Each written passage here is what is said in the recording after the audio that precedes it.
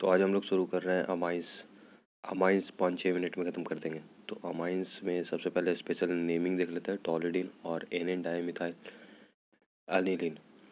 तो एनिलीन का सब पिक्चर जानते होंगे, बेंजीन पे NH2 लगा हुआ रहता है। इधर टॉलिडीन है जो टॉलिन भी है, एनिलीन वाला भी है, और ये है डाइ। और एन ट्राई इथाइल अमीन जो भी है उसका जो एंगल रहता है 108 डिग्री होता है, वो इम्पोर्टेंट है। अब मेथड ऑफ प्रिपरेशन देखते हैं एनिलीन का कैसे कैसे बनता है। तो सबसे पहले हम लोग लेते हैं ये बेंजीन पे नाइट्रो ग्रुप लगा हुआ है, तो H2PD डालेंगे तो इसको रिड्यूस करेगा, एसएन प्लस HCl भी रहेगा, जो कि ये स्टीफेंस रिडक्शन भी इसको कहते हैं, तो NH2 में चेंज हो जाएगा। ये साइनाइड ग्रुप है तो इसको भी H2NI से करेंगे, ये सोडियम एमैल्गम इसको कहेंगे। ये इथेनॉल के प्रेजेंस में तो RCH2NH2 ये भी रिड्यूसिंग एजेंट है। RCONH2 अमाइड है तो उसको RCH2NH2 में बदलेगा। यहाँ भी देखिए CONH है, यहाँ भी CONH है, तो क्या करेगा कि H को हटाएगा, ये K लगेगा इधर बस, और NK बनेगा, फिर RX आएगा तो NK और X अपना अपना बॉन्ड बनाएगा और N और R जुड़ जाएगा। यहाँ से 1 डिग्री अमीन बनता है। देखिए कैसे NR रहेगा, फिर NaOH से रिएक्शन करेगा तो क्या बनेगा, यहाँ पे ONA बना देगा, यहाँ भी ONA बनाएगा दोनों तरफ, और बचेगा क्या, तो RNH2।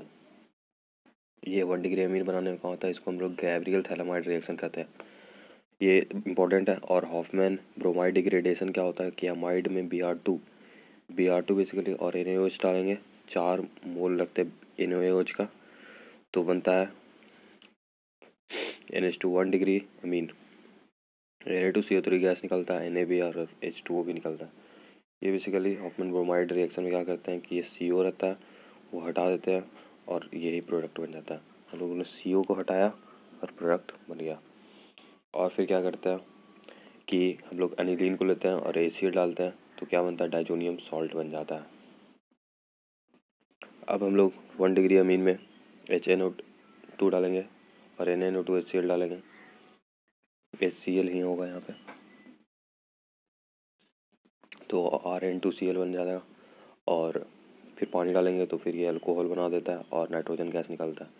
वैसे ही बेंजीन NH2 लगा हुआ एनिलीन है, उसमें हम लोग NaNO2 प्लस HCl डालेंगे तो फिर हम लोग डाइजोनियम सॉल्ट और NaCl H2O मिलेगा। यहाँ पे फ़र्क क्या पड़ रहा है देख सकते हैं हम लोग कि यहाँ पे नाइट्रोजन गैस निकल रहा था, यहाँ पे पानी भी डाल रहे थे तो, और इधर पानी नहीं डाल रहे हैं, बस NaNO2 प्लस HCl डाल रहे हैं, तो हम लोग को क्या मिल रहा है आखिरकार, NaCl सॉल्ट मिल रहा है और H2O मिल रहा है। अब कार्बाइल अमीन टेस्ट, इसको कार्बाइल अमीन रिएक्शन भी कहते हैं, जो कि आइसोसाइनाइड टेस्ट इसको कहते हैं। तो इसमें आइसोसाइनाइड ग्रुप बनता है, जैसे कि 1 डिग्री अमीन है, सिर्फ 1 डिग्री अमीन देता है, तो यहाँ पे लिखना इम्पोर्टेंट है कि only 1 degree amine gives test. तो 1 डिग्री अमीन है, इसको CaCl2 है, KOH तो आइसोसाइनाइड बन गया। अब उसके बाद हम लोग सल्फोनाइल क्लोराइड टेस्ट, तो सल्फोनाइल ग्रुप है, ये PHSO2Cl यहाँ पर लिख देता हूँ PHSO2Cl, ये ग्रुप टेस्ट मतलब ये रिएजेंट है, इसको हिंजरबर्ग रिएजेंट कहते हैं, हिंजरबर्ग रिएजेंट। और 1 डिग्री अगर अमीन है तो सॉल्युबल रहेगा, 2 डिग्री इनसॉल्युबल रहेगा, 3 डिग्री रिएक्शन ही नहीं देगा, तो ये ठीक है, ये इंपॉर्टेंट है, डायरेक्ट क्वेश्चन आते हैं। और इस पर पूरा वीडियो चाहिए डेप्थ में तो वो भी बोलिए। ये क्या है, एनिलीन में अगर Br2 से पानी अगर डालेंगे तो तीनों तरफ Br2 लगेगा, मतलब मोनोब्रोमिनेशन नहीं होगा इधर। लेकिन मोनोब्रोमिनेशन अगर करवाना हो तो क्या करेंगे, एसिटिक एनहाइड्राइड डालेंगे और NHCOCH3, जैसे ये एसिटिक एनहाइड्राइड डालेंगे तो NHCOCH3 बनेगा, फिर Br2 डालेंगे तो मोनोब्रोमिनेशन हो जाएगा। नाइट्रेशन कराने के लिए एनिलीन है, उसमें HNO3 H2SO4 रखेंगे, तो यहाँ पे मेजर प्रोडक्ट बनता है पैरा फिर मेटा, फिर ऑर्थो, पैरा, मेटा, फिर ऑर्थो, ये ऑर्डर रहता है। और बाकी जगह पे क्या रहता था कि पैरा, ऑर्थो, मेटा, बट यहाँ पे अलग है। क्यों? क्योंकि यहाँ पे एनिलीनियम आयन बनता है। कॉज लिख देता हूँ, एनिलियम आयन बनता है इंटरमीडिएट में। तो और फिर एसिटिक एनहाइड्राइड इसमें डालेंगे तो फिर NaCO3। ये स्टेप काफ़ी इंपॉर्टेंट है, तो ये स्टेप याद होनी चाहिए। और HNO3 फिर इसमें डालेंगे तो क्या बनेगा, NO2 लगेगा। किधर लगेगा, ये देखिए पैरा पे लगेगा। तो ये NH3 NO2 रहता है।